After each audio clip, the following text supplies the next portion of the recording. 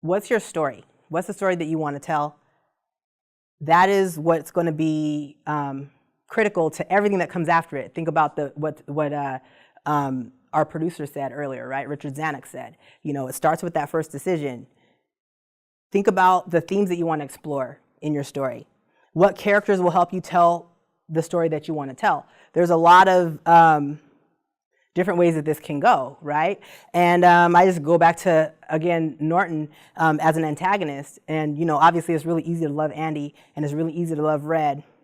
Really easy to hate Norton, but there's something specific about his character that's so poignant. And I think the thing about it is, even when you're writing an antagonist, especially when you're writing an antagonist, you have to make sure that there's a level of empathy with that character, because when you have that level of relatability, it makes it that much more impactful, that experience.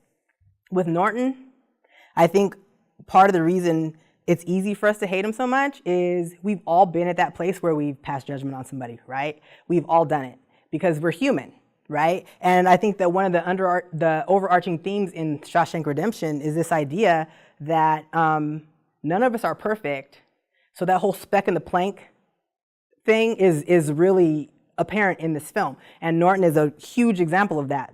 The speck and the plank, right? He's over here trying to tell the prisoners everything that they did wrong, and he's like committing more crimes than anybody, right? And so, but the idea that we can all empathize on some level, that's what makes us hate, and we hate that part of ourselves, right? And so of course we want Andy to be avenged. We don't want to own that part of ourselves. That's what makes it conflicting with these, when an antagonist is done well, we're conflicted, right? And there's always like a human quality to them on some level.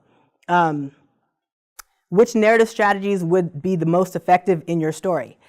And it might take a few drafts to figure this out. Sometimes you just have to barf it out, get the story out, and kind of like get the thoughts out of your head, and then you go back and you start, sweeping through all the muss, and you start figuring out where these different pieces go.